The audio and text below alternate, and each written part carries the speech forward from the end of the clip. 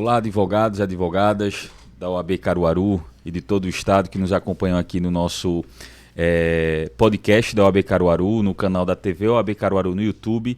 Inicialmente, eu quero agradecer a todos vocês pelo prestígio da audiência, por sempre acompanhar os nossos podcasts. Nós estamos na 7ª edição do podcast e com uma bela audiência. Então, todos vocês são responsáveis pelo sucesso desse grande evento, que é uma ferramenta para que a gente possa se aproximar cada vez mais da advocacia, levando temas relevantes, não só do direito, mas também para toda a sociedade. E sem essa audiência de vocês, esse projeto não teria sentido de existir. Então, agradeço. Se inscrevam no nosso canal, é importante vocês se inscreverem no nosso canal, curtirem esse vídeo, compartilhar com os amigos. Quanto mais pessoas assistirem, mais interessante fica essa discussão que nós estamos constantemente levando para todos vocês. Agradecer à nossa diretoria da OAB Caruaru, conselho, comissões, a toda a nossa equipe pelo engajamento. E hoje, o nosso convidado, nós iremos falar sobre legítima defesa. Então, gostaria aqui de registrar a presença no estúdio do juiz federal, Dr. Tiago Antunes de Aguiar, e do professor e advogado Daniel Paixão, que faz parte da nossa gestão também como subdelegado da ESA. O nosso tema de hoje vai tratar do livro Dr. Tiago, que foi lançado recentemente aqui em Caruaru, no Fórum da Justiça Federal, sobre a ação de legítima defesa em tribunais de justiça brasileiros, moderação e balística terminal. Então, tenho certeza que todos vocês que estão nos assistindo que gostam do direito penal e querem saber um pouco mais sobre legítima defesa, e até o cidadão comum mesmo quer saber sobre esses debates que acontecem vira e mexe na TV, e vocês sempre estão acompanhando. Então, vai ser um tema bem interessante. Bom, gostaria de passar a palavra para o convidado, Dr. Tiago, para suas considerações iniciais, para poder falar um pouco sobre o livro.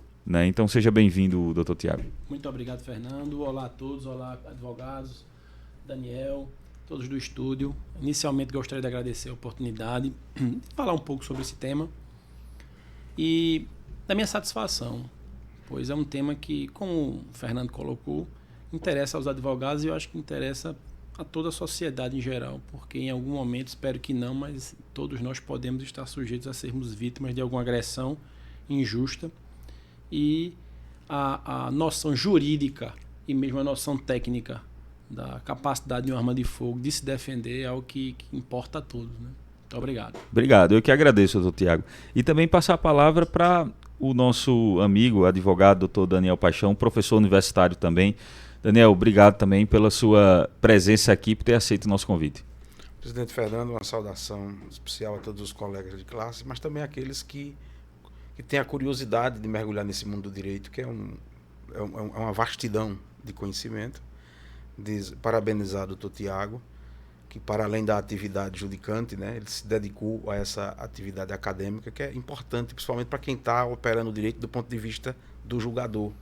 E ter esse mergulho técnico, né, a partir de uma questão muito interessante, porque eu tenho trabalhado com os alunos essa questão de defesa e trabalhar a questão da tese jurídica, porque por vezes a gente associa muito, e inclusive os acadêmicos associam muito a ideia de legítima defesa, doutor Tiago, tão somente a questão do júri, quando na realidade a legítima defesa ela é uma tese que ela é ampla e restrita, dependendo da circunstância, ela pode ser aplicada também no juízo singular, que não são aqueles crimes afetos ao tribunal do júri, mas o juízo singular, né? Então, eu acho que é um trabalho desse, ele contribui muito com a sociedade e com a academia, porque ele abre horizontes a partir das hipóteses de julgamento, que o doutor Tiago se debruçou, né? E como o julgador, tanto singular como o julgador de segundo grau, colegiado, o órgão revisor, né? Ele se debruça sobre essa questão e ele aplica as teorias relacionadas ao crime e a legítima defesa, que é comumente debatida até no meio leigo, né, em relação ao tema, mas que por vezes não tem a profundidade de vida. Então é importante demais esse tema. Obrigado, Daniel. E bom, vamos começar agora os debates, falar sobre o livro. Doutor Tiago, por que em si o tema moderação e balística terminal? Então nós estamos falando de legítima defesa nos tribunais, né, mas moderação e balística, porque a pesquisa ela se sedimentou nesses dois temas? É interessante porque dentro de uma dissertação, né, uma tese de doutorado, um dos requisitos, ou uma das questões que mais eu acredito que seja interessante dentro da metodologia jurídica, seja justamente a justificativa. Por quê, né? Por que você pesquisar isso? Né? Mesmo sem um sentido estritamente filosófico ou um sentido pragmático, né, ou empírico, essa pesquisa ela tem um cunho teórico, mas tem um cunho pragmático, né? Um cunho empírico. E assim, eu acredito que se justifica por dois motivos. Primeiro, para trazer ao mundo jurídico, essa é uma ideia, acho que é uma ideia muito forte, acho que até um sonho, um dia alcançável, quiçá, do mundo jurídico ter um pouco do alcance desse estudo da balística terminal, que é a balística dos ferimentos, que vou logo dar um conceito disso aqui, que muita gente não sabe nem o que é isso. É o estudo dos efeitos do projétil, da bala, que não está errado tecnicamente, que bala vem do balo, né? Tem até um professor que foi aqui, deve ter estudado latim, estudou tudo aqui, né, professor? Exatamente. Ele já me deu a fila daqui. Quem já foi padre tem que ter pelo menos uma ideia, né? Bala Do latim, de né? arremessar, né? Então, a bala não está errada tecnicamente. E aí, é latim ou é latim? Tá latim, certo, latim. Certo. O italiano, ele... Não, mas são línguas filhas do latim. Isso, perfeito, para não fazer uma questão, uma tecnia. Que estuda os efeitos do projeto de arma de fogo, tá? Ou seja, o que é que o projeto é capaz de produzir no teu corpo, no corpo humano, tá? Para o mundo jurídico entender, porque a partir daí você vai poder tentar julgar o que é uma defesa moderada, ou seja, usando dos meios necessários, e aí já dando aqui um spoiler, usando de meios disponíveis, desde que eles sejam eficazes e idôneos, que isso é uma coisa que a doutrina, a literatura, né? A literatura alemã traz muito forte e que a gente, às vezes, nos manuais brasileiros não se traz isso. A gente fica com a discussão rasa em cima de proporcionalidade, que eu falei aqui antes de começar, e que são muitas outras questões, são questões muito mais importantes da legítima defesa. Então, essa é a ideia. O que é que uma arma de fogo, uma bala, é capaz de produzir no ser humano? Tá? É capaz de parar o ser humano? Uma bala só é capaz?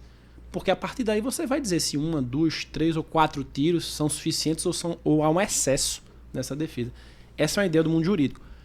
E a outra importância justificativa é para o cidadão comum mesmo, ou qualquer pessoa que venha um dia se defender, entenda também, se eu der 1, 2 ou 3 tiros, são suficientes para eu me defender ou não morrer?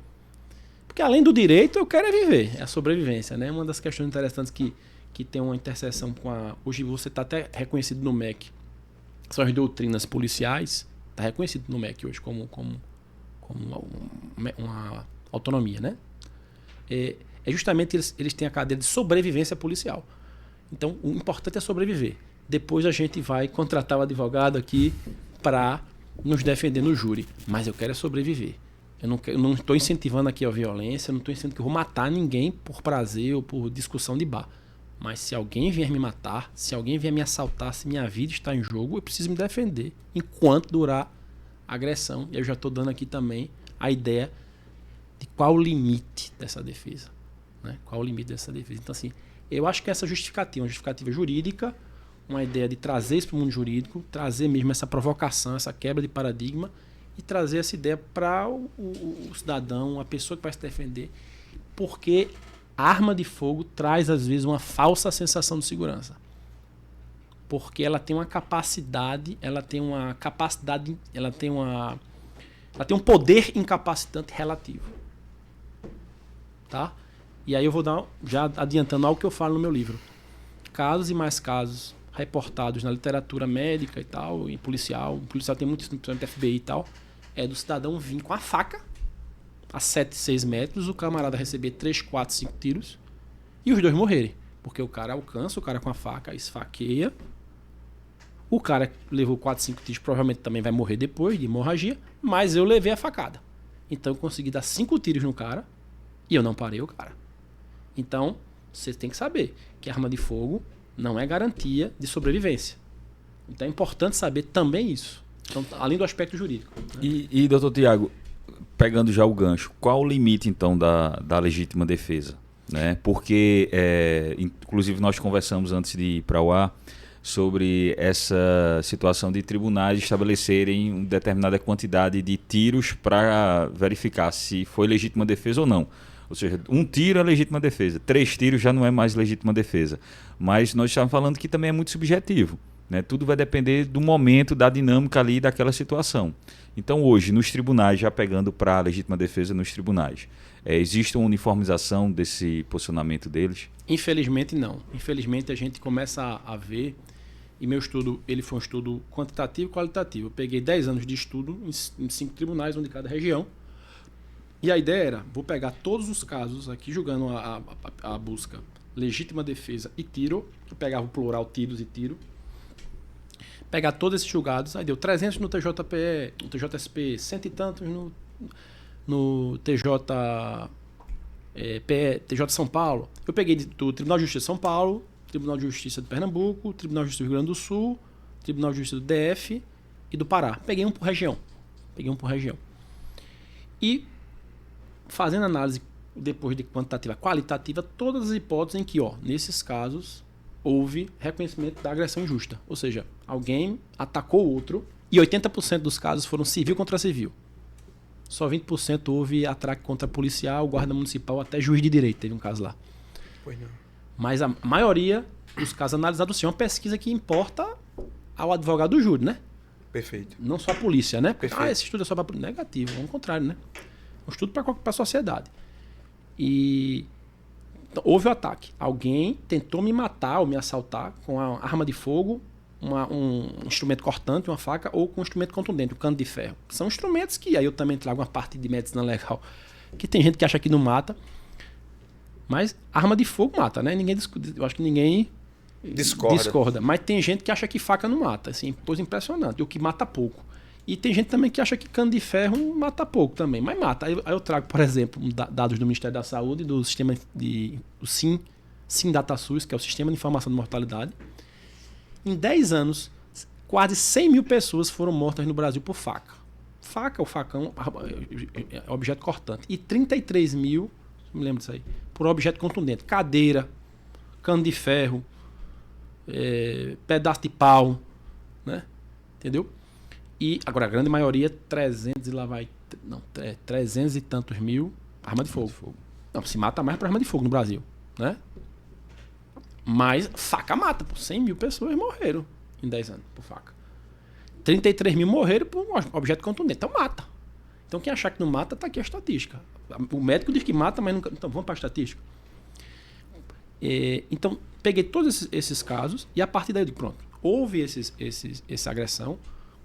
O tribunal entende se há limite de tiros defensivos enquanto durar a agressão. Porque aí o gancho é esse. Nossa concepção, que está lá na literatura alemã, portuguesa, espanhola e nos doutrinadores brasileiros também. Hungria, o Nibal Bruno, o professor Leonardo Siqueira, que foi meu co-orientador. Até Juarez Cirino dos Santos lá. Não tem como você fugir da Alemanha por direito penal. Nossa base é de lá. Né? Não vamos nem discutir o negócio de direito americano que a gente não tem. Mas enquanto durar a agressão, né? Enquanto durar a agressão, você tem o direito de se defender. Então essa é a ideia. Enquanto durar a agressão, você deve dar 1, 2, 3, 4, 5, tantos tiros quantos bastem até cessar a agressão. Então eu dei um tiro, ele largou a faca, eu paro de atirar. Mas essa é a sua defesa? Essa é a minha defesa e essa para mim é o que diz o artigo 25 do Código Penal. Moderação, o conceito de moderação, e é o conceito que Ieschek diz, é o conceito que Roxin diz, é o conceito que Welser diz, é o conceito que Leonardo Siqueira diz. Não sou eu que digo isso, não. Mas os tribunais não seguem. Os tribunais, eles acabam... Eu achei alguns julgados. Eu achei um julgado que o cara levou 5 tiros e foi moderado.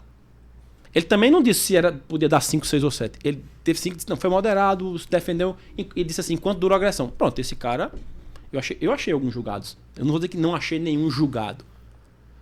Eu achei alguns julgados com 5, mas a grande maioria, na conclusão, é porque eu não sei tudo decorado, sabe? Mas assim, eu sei muita coisa. Na minha conclusão eu tenho uma tabela, mas assim, a grande maioria dos julgados, a grande maioria dos 64, eu acredito que uns 50 e poucos, de 1 a 2 tiros. Se você der de 1 a 2 tiros, é moderado. Eu achei essa... Aí você pergunta, por quê? Por quê? O julgado não diz. O julgado é muito lacônico. O julgado analisa a matéria de fato. Ele se limita tão somente à quantidade de disparos, né? E de forma objetiva. Ele não devia... O certo é que você tem que analisar o caso concreto. Dizer por quê. Exatamente. Ora, se o julgado reconhece que houve uma agressão injusta. Exemplos. O cara veio atirar. Por que o terceiro tiro é excesso? Eu não acho que seja má fé. Aí vem minha hipótese. Não é só minha hipótese, é a hipótese até dos americanos. Quantos de vocês já viram alguém levar um tiro aqui? Eu já vi, mas faz muito tempo. Você viu na rua? Na rua. Foi? Na rua. Mas faz muito tempo. Pronto. Ela caiu? Caiu. Não caiu pelo tiro.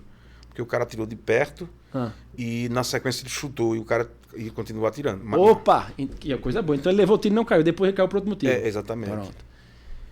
No cinema, quando o cara leva o tiro, cai? Geralmente não. Cai, meu amigo. Você nunca viu um filme de Bang Bang? Se for o mocinho, né? Exatamente. Se for o mocinho... Ele leva 20 tiros e continua firme e forte. Rapaz, eu assiste filme de Bang Bang. Somente o criminoso. O criminoso levou o tiro, ele tem que cair pra trás, porque tem que ser cinematográfico. Tem que quebrar uma vidraça se for num filme de cowboy. E se tiver em cima do cavalo é que tem que cair mesmo. E se for aquele negócio de filme de zumbi, quando ele dá um tiro de 12, o zumbi tem que voar 1 metro pra trás. Walking Dead. Né? É verdade.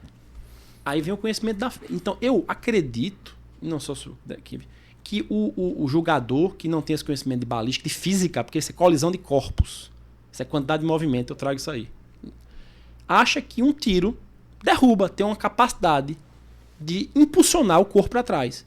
E você traz e vê o seguinte: o cidadão de 70 quilos leva um tiro de .40 ou de .45, ACP, de 70 quilos. E a velocidade final depois do disparo, o pufo dele é de 5 centímetros por segundo. É isso aqui, ó. A câmera tá ali, ó. É isso aqui, gente. Olha, meu dedinho, meu dedão. Isso aqui não derruba ninguém, não. Se você levar um tiro de uma espingarda 12, balote, singular, com 30 gramas, você vai ser deslocado, em tese, 21 centímetros. É uma sambadinha. Não cai. Aí você diz, cai. Bora provar? Pegue no YouTube, Perito Barros, perito lá do Minas Gerais. Eu digo, Barros, faz aí os vídeos. Ele faz toda a semana, ele dá aula. Ele faz um vídeo pra mim, explica lá, diz a fórmula. Tem lá no YouTube, eu cito na dissertação. Ele pega lá e os vídeos estão aí, a gente pode passar do YouTube. Ele pega um bloco de cerâmica de 30 quilos, vê, a gente aqui tem 100, eu tenho uns 100 quilos já quase. Um bloco de cerâmica de 30 quilos, bota um colete à prova de balas nele e dá um tiro de .40. Aí ele faz assim, ó, dá uma balançadinha, e não cai um bloco de 30. Agora vamos dar um tiro de 12, aí pega um maiorzinho de 30, pega um boneco, bota, aí o boneco faz assim, ó, e não cai. Então como é que a gente cai? Não cai. Agora, eu acredito, minha hipótese, e aí é uma hipótese que eu não trabalho com isso no trabalho. Sim, não é? De que eu não consigo entrar na mente do jogador. Eu tenho que trabalhar com a objetividade. Ele botou 2 e ele disse isso. Eu peguei 4 julgados que os caras expressamente disseram que um tiro era suficiente, para incapacitá-lo. Então eu acho que a tese de incapacitação desse magistrado era de cair. Ou talvez ele achasse que matasse mesmo, né? Porque matar não mata. A gente comentou aqui antes. Depende também de onde, né? De onde, boa. Mas eu queria fazer aqui uma provocação. Demais, tem que provocar. Eu falo demais. Primeira questão. Eu tive numa... O senhor fez uma palestra com os meninos da PF, se eu não me engano, aqui na Caixa. Sobre essa questão. Rapaz, você foi pra cá, eu participei. E me chamou a atenção justamente essa... Porque, veja, eu já fiz defesa em júri de arma branca, né? E a causa morte teve 2 milímetros, o corte. Porque o cara cortou a veia cava. Né? E aí o cara, claro, a gente conseguiu classificar para lesão corporal seguida de morte, mas para justamente desmitificar um pouco isso da arma branca, que eu também concordo, que a arma branca ela tem um potencial. Né? Outra coisa que eu acho que é importante pontuar, em relação à questão da balística, né?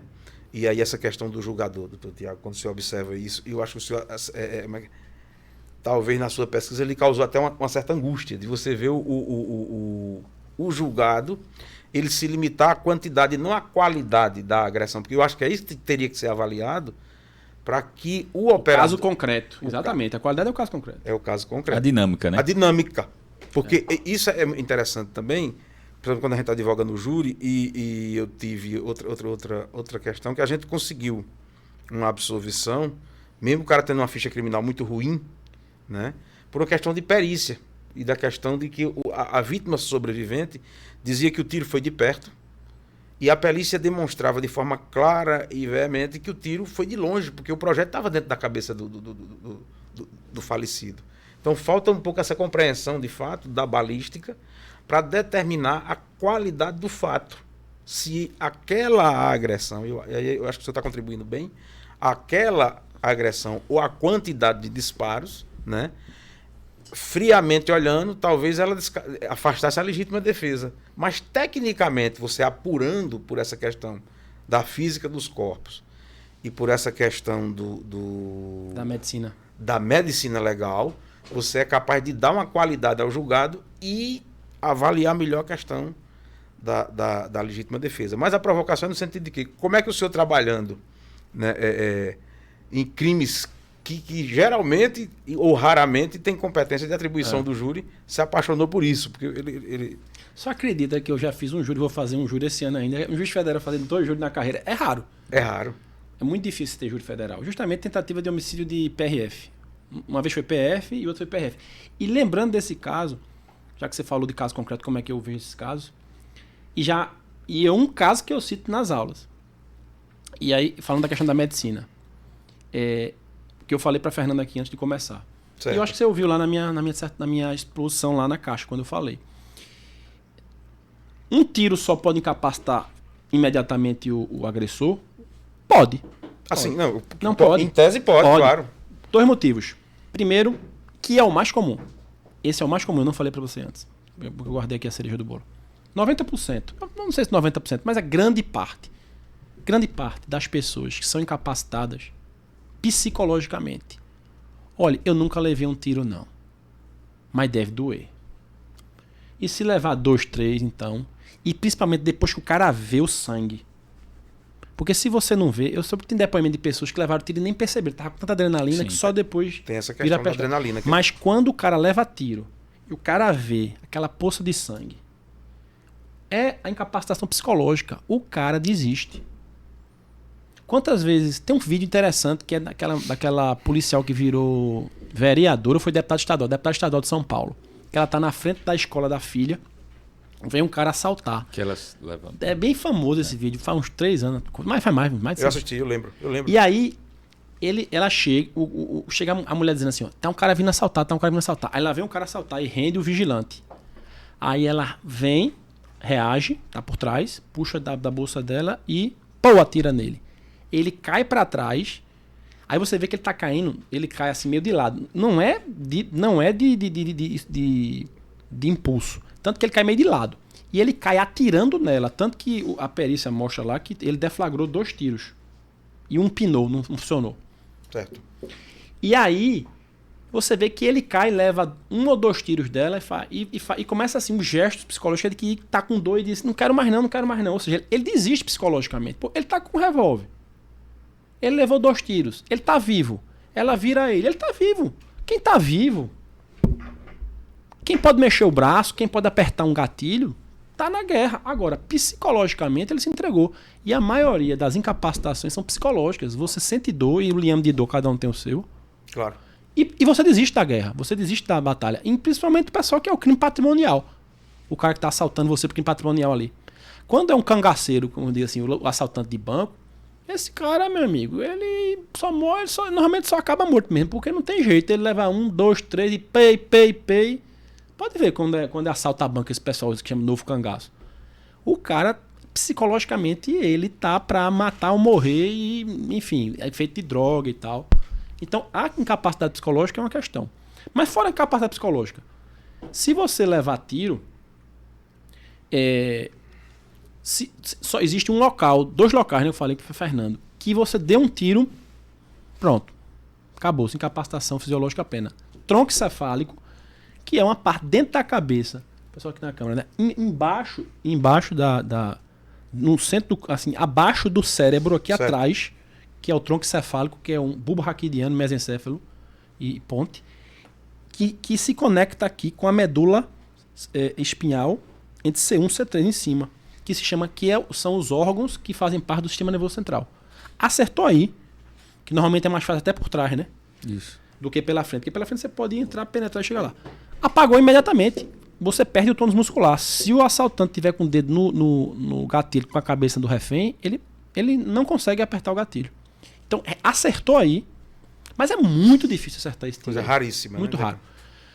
Se você não acertou aí, vai ser choque hipovolêmico, vai ser hemorragia. Foi o caso que eu citei aqui. Hemorragia, você vai receber tiros em vários locais, ou como você falou, artérias calibrosas, a artéria aorta, cava, femoral, vários lugares. Órgãos também muito calibrosos, né? Coração, lascou-se, né? Mas pâncreas, fígado, são ruins. Intestino é bom levar tiro, quer dizer, é bom levar tiro em canto nenhum. Mas é melhor levar tiro em pulmão e intestino do que levar tiro em pâncreas e estatisticamente falando, Mas pela hemorragia. O pulmão, ele Seca, né? O pulmão você pode ter um pneumotórax ou um hematórax, que é o quê? Você, depois que furou, porque o pulmão tem que ter a pleura, envolve ele, então você tem a capacidade de respirar.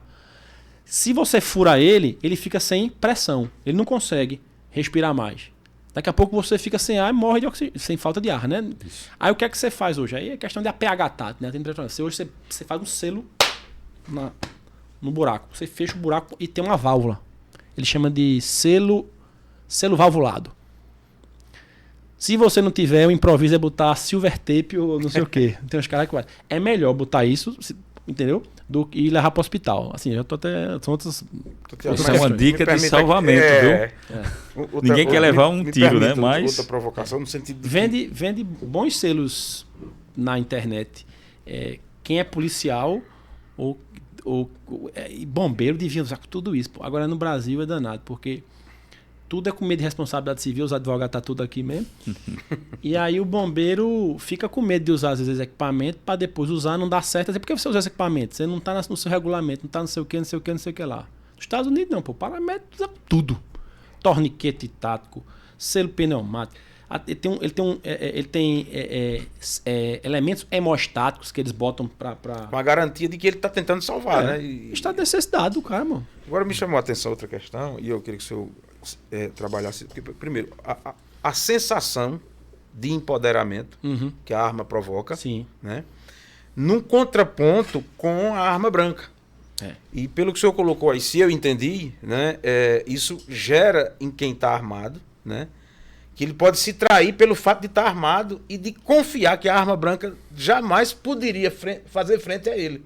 E parece que na sua análise isso aí é uma coisa não só discrepante, mas que pode ter levado muita gente à morte.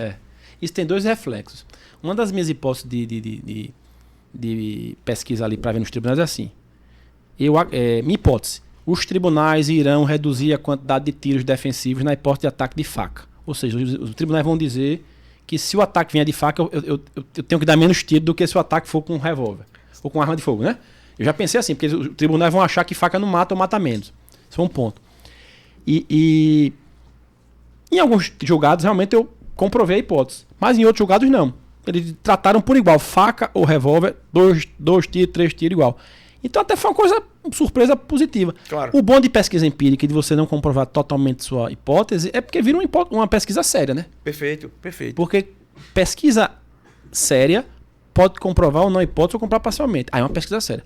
Agora, escrever livro que o cara, desde o começo ao fim, está defendendo a mesma coisa e na conclusão a mesma coisa, acaba, assim, a gente não tem essa noção às vezes, né? Quando Exatamente. você começa a vir para academia, mesmo na pesquisa teórica, você tem que contrapor sua ideia, né? Então, por exemplo, eu botei quem pensa diferente tá ali. Enfim. Mas a questão que você falou da faca, da defesa, né? Da questão da sua defesa. Eu acho que você também ouviu naquele dia da palestra e viu a cena, né? Vi, mas é claro, por isso que eu estou dizendo. Do Dennis Tuller. Você armado pode ter a falsa percepção que você jamais será detido por alguém que tem um exercício com arma bacana branca. que você viu naquele dia, né? Esse exercício, ele foi criado, na verdade, por eu cito no capítulo 2. É um policial de Salt Lake City chamado Dennis Tuller. Certo. E E havia essa preocupação de muita morte de policial americano por faca, porque o cara estava relativamente a uma distância que se considerava uma distância grande do agressor. E o policial acertava 2, 3 tiros no cara, ou 1 ou 2, mas o cara ainda assim era esfaqueado e morria. Morria o policial. E aí ele fez, não, bora ver qual seria a distância segura mínima que eu tenho que ficar do cara com a faca. Para eu ter uma garantia de que a arma é eficaz. Que a arma é eficaz antes dele me esfaquear. Mais ou menos isso. Ele tentou fazer esse exercício. Aí ele fez assim, ó. E aí o que aconteceu? Teoria de Dennis Tuller. Pode estar na internet, vocês veem vídeo, veem tudo. E vê até o artigo dele da SWAT Magazine, que eu trago aí, o artigo dele, a referência. O americano naquela época, isso era 80 e pouco, 86. Ele demorava, quanto tempo o policial americano lá, da SWAT não, de Salt Lake City, demorava para sacar a arma e efetuar 2 disparos. Não que 2 disparos fosse suficiente, mas eles trabalhavam com a ideia de double tap, de 2 tiros. Não era suficiente, mas para dar pelo menos 2 tiros no cara, quanto tempo tu demora para sacar? Aí se viu que você demorava em média 1,5 segundos para sacar a arma e dar 2 disparos. É rápido, né? 1,5 segundos, né? 1,5, não dá nem 2 segundos. Você saca e dá 2 disparos. Uma pestanejada, digamos. Né? Isso. Aí vê. Beleza, bora correr aqui agora. Fica parado. 0. Velocidade 0. Agora corra 1,5 segundos. E veja quantos metros você consegue percorrer em 1,5 segundos. Partindo do 0, viu? Parado. E a média foi 21 pés, que dá mais ou menos 7 metros. Em 1,5 segundos. Meu amigo, se eu ficar a 7 metros do cara aqui, você vai dizer, oxente, 7 metros? Me esfaqueia nada. E aí, eu trago até um julgado do Tribunal de Justiça de Pernambuco, eu cito na nota de rodapé que você falou, provocou interesse livre. Que ele diz exatamente isso. O cara foi com facão pra cima dele. Todas as testemunhas dizem que ele foi lá, vou lhe matar, tá escrito lá, vou lhe matar, tá na testemunha. Ele reproduz, ou seja, agressão injusta, é claro. E ele disse, não, é excesso porque ele deu 2 tiros e havia uma distância segura de 8 metros, 7 metros, não me lembro bem. Entendeu? Entendi. Ou seja, o julgado do TJ, pode ser de qualquer um, né? Cada com o TJPE. É recente ou... Entre 2010 e 2020, né? Então, é recente para... Entre 2010 e 2020, porque eu peguei 10 anos. Eu não me recordo qual o exato ano dele. É entre esse período. Então, há esse preconceito. Tem outro caso lá também, e aí esse aí é inexplicável, né? Quer dizer, esse aí é o princípio da proporcionalidade. O cara partiu também... Esse daí foi com a faca e esse daí foi com o facão. O facão foi esse. Ele entra na casa com o facão e ele dá um tiro de 12 no cara. Um tiro só. E aí ele diz que foi excesso porque deu um tiro de 12, tanto é que ele não conseguiu alcançar o cara. Oxe, era para alcançar. Entendeu? Então, assim, seria cômico se não fosse trágico. Perfeito. E aí, realmente, e a gente faz aquele exercício, bota a airsoft, né? Na sala de aula, e bota o cara com uma colher de pau, e de bora, corre aí, todo mundo morre, né? Não tem um que consiga sacar a arma lá. Bota o celular na mão do cara, né? A gente faz lá um exercício interessante, né? Mas eu estou lhe provocando justamente por isso, porque e aí entra uma discussão que aí não está no âmbito do seu trabalho, mas que é uma questão polêmica, a questão do uso da arma, né? Porque o discurso do uso da arma tem a sua relevância, principalmente para quem realmente precisa se defender, mas que para além de eu ter a arma, de eu saber atirar, existem noções, como o senhor está colocando aqui, e o seu trabalho coloca, que é justamente essa noção da distância, essa noção de física. Isso. Porque aí eu sei atirar muito bem.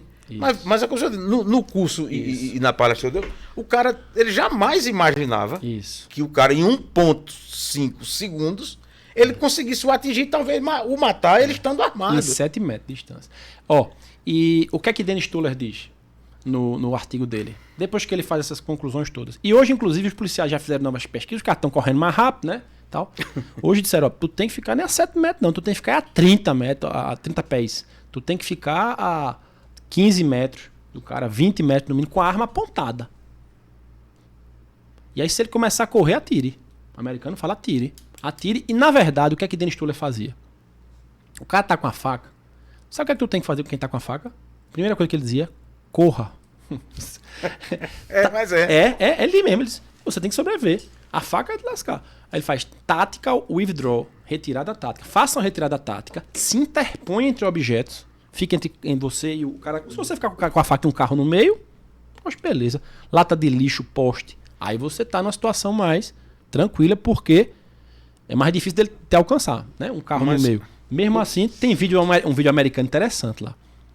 O cara correndo, arrodeando o carro assim, ó. Você vê esse vídeo, tem um vídeo americano lá. O cara arrodeando com a faca o carro, o policial correndo, arrodeando e atirando nele assim. E o cara leva vários tiros, e continua, dá umas 2 voltas no carro até cair no chão. Ele usou a teoria de... Eles são treinados para isso. O americano, ele é treinado. A Polícia Federal treina isso. Você chega na Polícia Federal lá, todo o treino dele de sobrevivência é esse. Eu fiz um treinamento desse com a PF, é Airsoft, e o cara vem com a faca. Rapaz, a primeira coisa, não tem jeito. Por mais que você aprenda na sala de aula, quando você vê o cara com a faca, a primeira coisa que você faz é: vou sacar a pistola de Airsoft. Aí você... Não. Aí corre. Eu mesmo corri. A maioria correu. Teve 2 ou 3 que sacaram e morreram. Atiraram e morreram. Mas... por isso que esses treinamentos são interessantes. Treinamento... Para que você tenha a dimensão do que você vai gerenciar na arma crise. de fogo é muito difícil. Tem que ter muito treinamento. E treinamento dessas questões operacionais de sobrevivência. Não basta atirar no papel. Esse pessoal que é atirador esportivo. Não dá tá máxima vez atiradores esportivos, que eu conheço vários e são muito bons. Tem garantia nenhuma de sobrevivência se não... Mas aí onde eu vejo a riqueza do trabalho, do seu trabalho. Porque, veja... É muito simples. Eu faço psicotécnico, eu tenho a condição dentro da armada. Eu treinei no stand, mas o cara jamais imaginou que no transcurso de 1,5 segundo, a vida dele pode estar em xeque, ele pode estar com 10 pistolas na cintura. Agora é aquela coisa. Uma coisa é você atirar em um cartaz. Outra coisa é você atirar em um ser humano. E outra coisa é você, durante uma dinâmica de perseguição, de autodefesa, etc. Agora, acaba uma reflexão, doutor Tiago, a respeito do que foi falado, até para aqueles que julgam a matéria, porque diante do conhecimento trazido aqui, diante da sua pesquisa, se você é distante, né, então, a 1,5 segundos, né, então, é um tempo muito curto, mas ao mesmo tempo que tem como fazer uma defesa por parte daquela pessoa que está tentando lhe atacar. Imagina essa pessoa colada com você numa luta corporal, segurando uma faca. Então, 1 tiro ou 2 tiros não vai parar ninguém. Se longe já não para, imagina próximo. Então, o porquê, se a gente pode realmente cravar o motivo disso, mas dessa fundamentação dos tribunais, dessa corrente que é seguida de 1 ou 2 disparos. Eu acho que porque é a falta de conhecimento balístico, não é? Ou é por conta dos filmes que nós estamos acostumados a ver, que é 1 tiro, 2 tiros, a pessoa para longe e isso impediria de ele lhe agredir. Eu acredito que, como assim, quem cita isso é o Vincent de Maio, o americano fala isso. Aqui no Brasil, o João Bosco fala isso. Eles falam textualmente isso nos livros dele. É o efeito hollywoodiano mesmo, o efeito da novela, que acredita que quem leva tiro cai para trás. Eu perguntei aqui, achava que ninguém tinha visto um tiro, ele viu. Mas eu estava lá no auditório essa semana, ninguém tinha visto o tiro, exceto o Ies, um amigo meu que é policial militar. E ele já viu várias vezes o cara levar 2, 3, 4 tiros de fuzil e continuar correndo e cair no quarteirão seguinte. Só caiu no outro quarteirão, levou tiro de fuzil, 5,56. Tem um caso aqui que eu cito no meu livro, que o cara lá na Filadélfia, 2006, o cara levou 11 tiros de fuzil. Rapaz, você não acredita não. Rapaz, não acredito não. Eu peguei a necrópsia, tem a necrópsia dele, a foto dele. Ele todo cheio de buraco. Ele só não levou tiro na cabeça e não levou no coração. Foi tudo perfurado dele, de estômago, pâncreas, pulmão. Mas ele não parou. Ele ficou 3 minutos. 3 minutos atirando. 3 minutos. É muita coisa. É muito tempo. É muita coisa. Aí um tiro quebrou a perna dele, quebrou o calcanhar, ele cai no chão. Quando ele caiu no chão, aí a polícia foi lá e imobilizou. Aí morreu, né? Não tinha como morrer um cara desse, não tinha como sobreviver. 11 tiros de fuzil, tá cagado. Tem médico que faça. Mas ele ficou 3 minutos consciente, atirando. Claro que cada tiro não foi no mesmo tempo, né? Durante 3 minutos ele levou tiros em momentos diferentes, né? Claro, em lugares distintos. Em lugares distintos, por óbvio. Mas, veja, né? E aí é cinema. É cinema. As pessoas acham, acreditam. Não, tem policial. Tem policial que acha que .40 derruba uma pessoa. Que 357 derruba a pessoa, porque são calibres que tem mais energia, né? Que tem mais velocidade. Tem energia, porque a energia por si só, sozinho, mas tem mais energia, tem mais força, né? Mas não derruba, nem .40, nem 45, nem 9 milímetros. E tem essa ideia do poder de impacto, do stopping power. A gente fala. O stopping power, na ideia de que poder de parada, é uma lenda para vender munição americana. Hoje há muitos anos está desmistificado isso aí, sabe? É para vender munição. Compra munição hidra-choque, compra munição, não sei o quê. É o mercado de armas, ele quer vender. Claro. Entendeu? Mas você passando a ideia, né, de que aquele calibre ou aquele projétil ele tem maior poder de impacto. Então, doutor Tiago, assim, na sua pesquisa, no seu ponto de vista e com base até, como foi colocado aqui, pelo próprio Código Penal, então não existe uma limitação na legítima defesa da questão dos tiros. Né? Então, ou seja, você tem que desempenhar a energia necessária para proteger a sua vida. Enquanto houver, veja, qual o limite da legítima defesa? O que é moderação? Esse é o limite. Moderação é enquanto durar a agressão. Se eu tenho uma agressão letal, o cara tá vindo atirando em mim, ou tá apontando a arma para mim, ou tá vindo com a faca para mim, enquanto ele estiver me ameaçando minha vida ou minha integridade física, eu vou dar tantos disparos quantos basta. Posso dar 1 e ele parar, soltar a faca. Eu posso dar 3 e ele continuar com a faca. Eu posso dar 5 e ele continuar e parar. Então, enquanto parar. Enquanto houver, não tem limite de disparos. Isso, infelizmente, eu não achei. Eu achei um julgado ainda que botou 5 tiros. Eu me lembro de um que botou 3. Mas ele não chega a afirmar que você pode dar tantos tiros quantos bastem. Né? Eu achei um julgado, isso é interessante. Antes de começar a minha pesquisa, o que é que motivou a minha pesquisa? Eu achei um julgado de São Paulo. E esse não ficou na minha pesquisa, porque ele engraçado, você veja como pesquisa, a gente tem que ser fidedigno. Eu não achei nenhum julgado que conhece balística. Pode existir? Pode. Veja, eu achei um julgado que conhece de balística, na mesma época. Só que não era com esses termos, legítima defesa e tiro. Era legítima defesa e disparo, ou algo assim. Veja, era impossível, eu em 2 anos de pesquisa, eu tenho que delimitar, eu tenho que fazer o corte metodológico. Tá? Mas eu esperava que eu fosse encontrar outro julgado que dissesse. Eu encontrei um julgado de São Paulo, tá? Ele é citado aqui. Enfim, mas o que é importante desse julgado? Certo. O desembargador, ou enfim, quem fez o voto, entendia de balística, leu livros de balística. Tinha noção. E fala exatamente isso que eu estou dizendo. Veja, olha o que ele diz, textualmente. O relator do acordo fundamenta seu vento considerando moderada a conduta defensiva do réu, que deu lá mais de 2 tiros. Se não me engano, ele deu 3 ou 4 tiros. Porque o Ministério Público dizia não houve excesso porque ele deu mais de 2 tiros. O Ministério Público deu mais de 2 tiros em São Paulo, lá segundo esse promotor, é excesso. Porque segundo o princípio do método Giraldi, o double tap tem que dar 2 tiros e parar, 2 tiros e parar. Isso está totalmente tecnicamente errado. Portanto, até eu explico se vocês quiserem. O Ministério Público partiu de uma premissa totalmente errada, mas a Corregedoria de São Paulo partiu de uma premissa errada e botou isso nos policiais. Isso não existe. Do double tap e método Giraldi não diz que é para dar 2 tiros e que 2 tiros derruba, não. Ele tem técnica de comunicação e tal, mas se você pegar Giraldi, ler Giraldi, isso é uma injustiça com o coronel Giraldi. Quem está falando isso não está equivocado. Mas enfim, erraram, diziam que só podia dar 2 tiros. E aí o que acontece? Deu 3 tiros. Aí o que é que o promotor fala?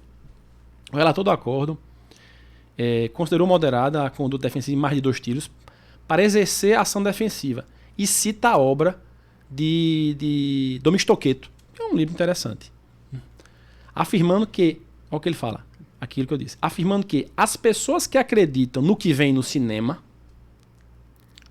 o que não se traduz na realidade, que o indivíduo é arremessado metros para trás após receber o impacto de um projeto de arma de fogo. Na maior parte dos casos, a pessoa que recebe um tiro, desde que não seja no cérebro, veja que eu achei esse julgado, não sente absolutamente nada, ou sente como se fosse uma picada de injeção, não se dando conta do ferimento imediatamente. Ao contrário, prossegue o relator, todos os juízes, promotores ou advogados, para não mencionar os policiais, sabem ou deveriam saber que a imagem tão comumente no cinema de alguém tomando um tiro de revólver e desabando não é mais realista do que alguém tomando um murro e desabando. Eu digo, opa, vou achar outro. Não achei. Mas eu achei um julgado. Então é a mosca branca. Não é a exceção que confirma a regra, né? Porque, tecnicamente, o julgado é perfeito. Porque ele consegue, como é que se diz? Não só compreender a dinâmica do crime e como essa legítima defesa se processou, como ainda ele consegue dizer para o operador do direito, para a força de segurança, que se alerte, né? No sentido de que você não pode se guiar pelo cinema. Mas é porque é essa cultura rasa, doutor Tiago, lamentavelmente, às vezes do nosso tempo, que começa a distorcer, né, ofícios profissionais mesmo. Eu penso assim. Porque, veja, o policial que seguia por isso. Ou então alguém que usa arma. E aí a minha preocupação nessa discussão de arma, que é uma discussão muito atual, né, o falso empoderamento. Isso. Ele pode... O que o falso empoderamento, aliás, pode gerar nas pessoas que limitam ou restringe o poder usar a arma ao fato de você ser treinado para atirar. Quando, na realidade, isso é um abismo gigantesco entre a vida e a morte. Eu não sei se fez parte também da pesquisa do Dr. Tiago, mas a respeito também do local onde o tiro foi dado. Porque, por mais que tenha 1 ou 2 tiros, de acordo com os tribunais, mas basta um tiro num local vital, como foi falado aqui, para a pessoa virar a óbito. Mas, às vezes, diante da dinâmica da legítima defesa, é necessário você dar um tiro no local vital, ou tentar dar, para salvar a sua vida. E aí, nesse caso, né, onde você dá um tiro no local vital, onde a pessoa, com um tiro só, ela vem a óbito.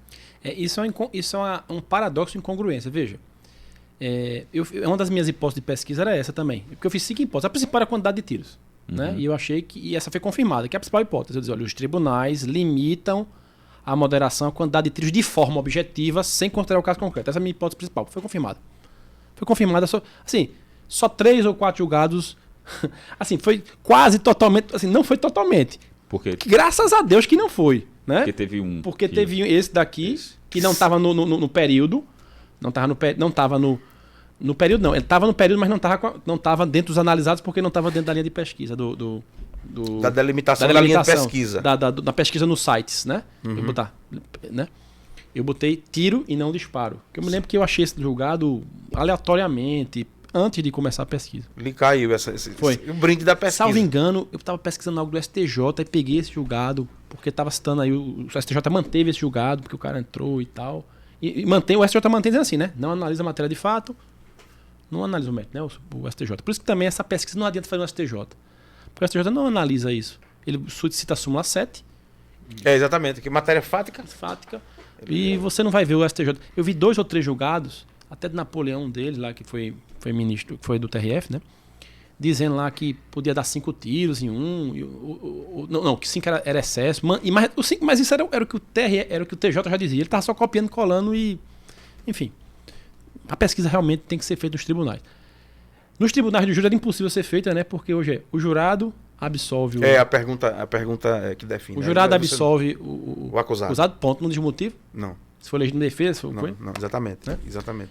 Mas o que eu estava falando, esqueci, ó. Não, o senhor fez a pesquisa e sobre essa questão a hipótese de sua pesquisa. Sim, da questão que a sua pergunta, Fernando. Perdão, Fernando. Da questão do local do disparo. Veja, se o cara tá um risco de vida com uma pistola, uma arma de fogo, uma faca. Veja, se eu acertar na cabeça, é o melhor tiro. Eu só dou uma dele na cabeça e ele parou, pronto, isso é só agressão. Até eu estava falando aqui que uma das questões que eu falei para Fernando, não falei aqui para os ouvintes e para o colega. Uma das questões que mais vigora no direito alemão é que na legítima defesa o princípio principal não é da proporcionalidade. Você pode até pensar em proporcionalidade na legítima defesa, mas não é o princípio que vigora na legítima defesa. Que rege, né? Que rege. Ao contrário do estado de necessidade, ao contrário desse cumprimento de dever legal, do consentimento do ofendido, do desobediência civil. Por quê? Porque nesse caso você faz análise de bens jurídicos, você faz ponderação de bens jurídicos. Tá? No estado de necessidade, então, se eu estou naquele estado de necessidade clássico, lá o cara está morrendo afogado no oceano, só tem uma boia, um briga com o outro, bate no outro, bate numa pedra, um pau, sei lá, e pega a boia. As duas vidas têm o mesmo valor, o direito não pode, só pode viver um, o direito não vai. Mensurar. Do mesmo jeito, e eu tenho que ter muito cuidado para falar isso, porque tem os direitos dos animais, né? Direito animal. Mas se tem um animal doméstico qualquer lá, e tá sua vida um animal doméstico, teoricamente, enquanto não, né? Exatamente. A vida, teoricamente, do ser humano vale mais do que o do animal. Mas vamos pensar em patrimônio, então, sei lá, entre a minha vida e pegar fogo na casa aqui, desde que você não provocou perigo, eu posso quebrar a sua parede, quebrar a sua porta para fugir do incêndio da minha casa aqui, quebrar do seu lado. Exatamente. Né? Porque o patrimônio vale menos do que a vida. Eu estou falando de estado de necessidade. Perfeito. Legítima defesa não. Legítima defesa, o princípio que vigora é o princípio da prevalência do direito perante o injusto. O alemão fala muito isso, a gente não vê isso, a gente vê pouco sendo falado isso no direito brasileiro. O professor Leonardo Siqueira, que tem a dissertação dele, que foi meu orientador, fala: o direito, ou de outra forma, o direito não tem que ceder ao injusto. Leia-se. Na legítima defesa, diferente de todas as causas de justificação, você tem de um lado o direito, você tem de um lado o injusto, o crime, o criminoso está lhe agredindo injustamente. Eu não fiz nada, ele está vindo com a faca, com a pistola para me matar, e eu que sou agredido, que sou o direito vai me proteger. Então, nesse momento, nesse exato momento, minha vida vale mais do que a vida dele. Não tem proporcionalidade. Não tem. Não se aplica a proporcionalidade. Se ele vier com a faca, eu posso dar um tiro de bazuca nele. Não se aplica a proporcionalidade aqui. Se você pensar em bens jurídicos, a história do patrimônio... Isso é teológico, viu? No Brasil também, rapaz. Artigo 25, moderação. Isso é Tomás de Aquino que fundamenta. Veja, se você pegar Juarez... mas se você pegar Juarez Cirino dos Santos, que é brasileiro e tem até suas posições bem... Ele fala, porque ele tem que falar do alemão. Você tem que falar esse princípio, não tem como você não falar. Sim. Agora, é ilimitado o meu direito de defesa? Não, não é ilimitado. Ele é limitado pelo quê? Pela moderação, pela necessidade. Exercer os meios necessários, disponíveis, eficazes, enquanto durar a agressão. Né? Então, essa história do bem vital. Se o cara vem me matar, eu não vou morrer. E se eu dou... E o Yeshek, Roxin, o professor Leonardo fala bem, eu tenho que usar meus meios defensivos de forma idônea, eficaz. Isso fala pouco. Tem que ser idônea, não pode causar. Existe um princípio da menor onerosidade possível pro agressor. Mas você fala isso quando você está brigando vias de fato. Quando você está falando em vida, quando você está falando em integridade física, que pode causar a lesão, eu vou ter que fazer essa agressão imediata. O time tá tiro na cabeça mesmo. Só que, infelizmente, e isso foi uma nas minhas hipóteses, eu vou achar julgados que dizem que se o cara der tiro na cabeça, se der tiro no coração, vai ser excesso. Mesmo um. E eu achei vários julgados que falam isso, que você falou. Regiões vitais, cabeça, dizendo que é excesso, se referia só ter às vezes um disparo ou 2 disparos, mas além de dizer que eram 1 e 2 disparos, poucos disparos, dizia, foi dado em regiões vitais, foi dado na cabeça, foi dado até no pâncreas, portanto há excesso. Né? É aquela velha história, que é uma desgraça. O cara vem com a faca, atira na perna. Meu amigo, ninguém acerta na perna não, é difícil acertar na perna. É difícil demais acertar na perna. A área mais fácil de acertar é essa do peito, no tronco, né? Veja, a gente tá conversando aqui que o cara acerta no tronco nem para, quanto mais na perna. Então, assim, é muito complicado. Agora você vê tribunais às vezes dizendo isso. Agora você pega doutrinadores, que é interessante isso, você pega doutrinadores dando o exemplo da faca, como Yeshek fala isso, o alemão, dizendo se o cara vier com a faca, pode atirar. Agora você vê doutrinadores brasileiros, eu não vou dizer quem é não, vou poupar, ler meu livro. Fala dos alemães todos, fala do princípio da prevalência do direito pelo injusto, mas se o cara vinha com a faca, mas meu amigo, você tá falando do princípio... Aí você vê o quê? Que esse doutrinador, ele não entende de balística. Ele entende de direito. Ele entende do princípio da prevalência do direito pelo injusto, mas ele não entende de balística. Agora você vê que esses julgados que eu analisei, vários deles, eles não entendem nem de direito, nem de balística. Porque, veja... Perfeito. Estamos chegando ao final do nosso podcast. Essa interseção científica ela é fundamental, porque senão você vai... 55 minutos. Pronto, então já estamos no final. Mas bem, eu quero aqui antes de agradecer, parabenizar doutor Tiago pela explanação, pela elaboração do livro, é uma contribuição importante, não só para o mundo jurídico, mas também para a sociedade. Para a advocacia Para a advocacia de júri. Boa, né? Então, assim, já faço aqui a indicação, aqueles que tiverem interesse, licença, doutor Tiago, deixa eu pegar aqui para avisar vocês. Aqui está o livro, doutor Tiago, editora De Plácido. Vocês encontram esse livro na Amazon e também no próprio site da editora De Plácido, De Plácido. Vamos colocar o link na descrição do vídeo para ficar mais fácil. E o tema: Ação Legítima Defesa em Tribunais de Justiça Brasileiros, Moderação e Balística Terminal. Bom, para finalizar, gostaria de passar a palavra para o doutor Tiago, para suas considerações finais. Obrigado, doutor Tiago. Gostaria de agradecer Fernando, ao AB, ao colega Paixão e Daniel, né? Daniel. Paixão, falei que só o sobrenome. Essa mãe preocupe, falar só Mas é sobrenome. paixão, grande paixão. O pessoal aqui também da técnica, né? Todos os ouvintes, principalmente. É um tema que, assim, para mim, todo mundo percebe apaixonante, né? E para você realmente passar, eu acho que eu recomendo isso, quem quer fazer realmente uma dissertação, uma tese de doutorado, tem que fazer o que goste, porque é trabalhoso. Perfeito. Às vezes é chato mesmo, penoso. Mas quando você faz algo que você gosta, eu acho que isso se torna um trabalho gratificante, né? Muito bom. Perfeito. E assim, espero que possa ter contribuído de alguma forma para todos os ouvintes entenderem um pouco do tema. E fico sempre à disposição para colocar aqui meu Instagram e ficar à vontade. Fazendo um pouco aqui o meu merchandising, né, Fernando? Fica à vontade. Seria injusto. Diga logo o seu arroba. Fernando já fez aqui um bocado de propaganda no meu livro, muito obrigado. A gente está fazendo, inclusive, em parceria com a ESA. Tá? Certo. Parceria com a ESA. Sim. Tá, a gente está fazendo. A gente não, eu estou dando aula, na verdade, né? Vai ter uma pós-graduação em Direito Penal e Processual Penal, certo. Aspectos Práticos. A ideia é essa, Aspectos Práticos, é uma pós-graduação voltada para advogados, tanto que é uma parceria da ESA com a Faculdade de Damas. O professor Leonardo Siqueira, que é o coordenador da pós-graduação, do mestrado, e está organizando. E aí de advogado tem a Simone, né? Sim. Tem quem mais de advogado? Tem vários lá. Tem juízes, advogados, promotores. Então, assim, quem tiver interesse, tá? Pode entrar no site da Faculdade de Damas ou da ESA, que está lá disponível. Quem quiser se inscrever, ela está começando, eu acho que esse final de semana, está começando hoje, mas tem tempo ainda de se inscrever, tá, pessoal?